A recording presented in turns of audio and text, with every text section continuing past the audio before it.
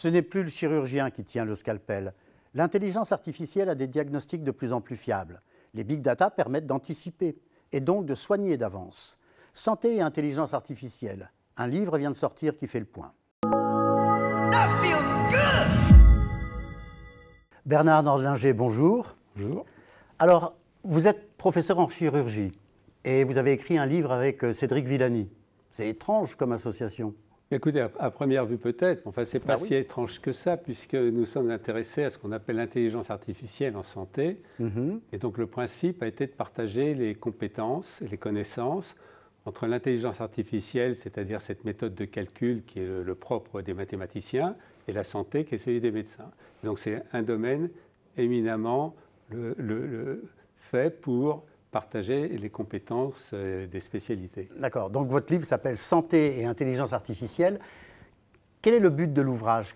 J'achète le livre, je trouve quoi dedans? Alors le but de l'ouvrage, il rapporte les travaux d'un groupe de travail qu'on a monté avec des médecins et des scientifiques, des mathématiciens, pour essayer de déterminer quels sont les apports de ce qu'on appelle l'intelligence artificielle dans le domaine de la santé. Alors la première question, c'est que l'intelligence artificielle, ce n'est pas un très bon terme. C'est un terme qui a été amené dans les années 50, où on espérait, avec les ordinateurs, reproduire le cerveau humain. Et puis depuis, ça a plutôt tendance à faire peur, parce que l'intelligence artificielle, en fait, c'est une suite de technologies, enfin de méthodes de calcul qui permet de calculer très vite, de manière logique, avec des informations qu'on a apportées du passé, ce qu'on appelle les données, et d'aboutir à un résultat en utilisant une méthode de calcul qu'on appelle un algorithme. Donc tous ces big data maintenant, le nom consacré, vous permettent de faire quoi au niveau médical? Alors ces big data, donc, ce que je veux dire, c'est que ça ne remplace pas un cerveau humain. Un cerveau humain, l'intelligence, la possibilité de s'adapter, et puisque là on va parler de médecin, un médecin, il a des compétences qui sont un peu l'instinct, qui sont l'empathie, c'est-à-dire il connaît son patient, le calcul, il ne permet pas de faire ça. Alors, à quoi ça peut servir? Ça peut servir à beaucoup d'applications et c'est en train d'exploser. Donc, si je vous dis ça aujourd'hui, ça ne sera sûrement pas vrai demain. Alors, celles qui sont peut-être les plus évidentes, c'est pour le médecin généraliste. Le médecin généraliste, contrairement à ce qu'on peut lire dans certains fantasmes, il ne va pas être remplacé par un ordinateur. Ça, ce n'est pas possible. Ça ne marchera jamais. Parce que quand on est malade, on a besoin d'une personne humaine pour vous expliquer, pour vous consoler. Et que ça, un ordinateur peut pas faire. Le côté psychologique du rapport. Le côté psychologique, bien sûr. En revanche, ce qui peut aider, c'est de faire gagner du temps médical et de permettre que votre médecin traitant il soit au courant des informations les plus récentes à tout moment. Donc même si un généraliste ne peut pas connaître toutes les spécialités, là, il pourra avoir les informations. Puis à la limite, la médecine va tellement vite à l'heure actuelle que même s'il sort de ses études, dans 2 ans, il sera presque obsolète. Alors ça, c'est la formation médicale continue, mais ça peut être une aide importante. Donc ce qu'on dit, c'est que médecin automatique, non. Médecin augmenté, oui. Alors ça, c'est pour le généraliste. Et puis dans les spécialités, il y a toutes celles notamment qui utilisent des images.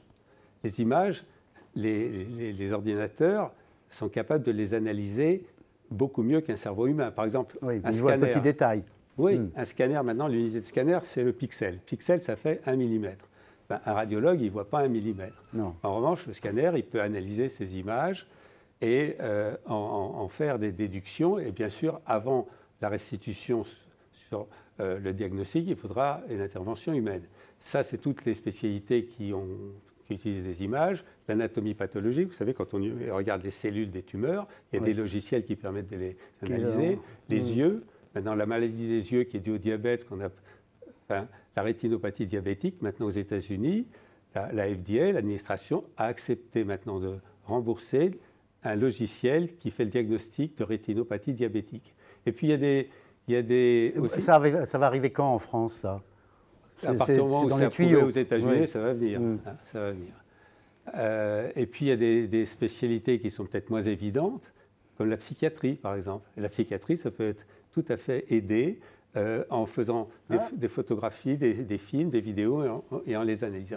Donc toutes les spécialités vont être un jour ou l'autre impactées. Et donc c'est pour ça qu'il faut que les médecins se tiennent informés. Donc ne pas avoir peur de l'intelligence entre guillemets artificielle, elle va aider les médecins dans un pré-diagnostic, un complément d'information, et c'est lui qui gérera en fait la relation patient pour encore au moins 10 ans. Pour toujours, j'espère. Toujours. Non, si vous voulez, vous avez tout à fait raison. Ça, c'est un point important. C'est si on veut que ça marche, il faut qu'il y ait la confiance. Et la confiance, c'est d'une part des professionnels de santé. Il n'y a pas que les médecins, il y a les infirmiers, les aides-soignants. Et puis d'autre part, la confiance des patients, c'est-à-dire de tout le monde. Et si on dit aux gens, voilà, vous avez un médecin qui aura des meilleurs outils pour mieux faire le diagnostic de votre maladie et mieux vous soigner, ils seront contents. Si on leur dit que vous avez Big Brother et puis vous allez rentrer vos informations et puis on va vous ressortir une fiche et puis vous débrouillez-vous avec. Voilà. Alors il y a des endroits où ça peut servir. Par exemple, le problème des déserts médicaux, là où il n'y a pas assez de médecins, clairement, on peut augmenter l'efficacité des médecins qui sont là grâce à ça. En Chine, où on manque de médecins généralistes, il existe déjà des applications où les gens rentrent sur l'ordinateur leurs symptômes et puis on leur ressort un diagnostic probable. Voilà. Ça viendra sûrement en France, il faut être prudent et voilà. Donc pour conclure, notre médecin de famille va rester, il sera de mieux en mieux informé, il pourra donner des diagnostics de plus en plus précis. C'est ce qu'on trouve dans votre livre.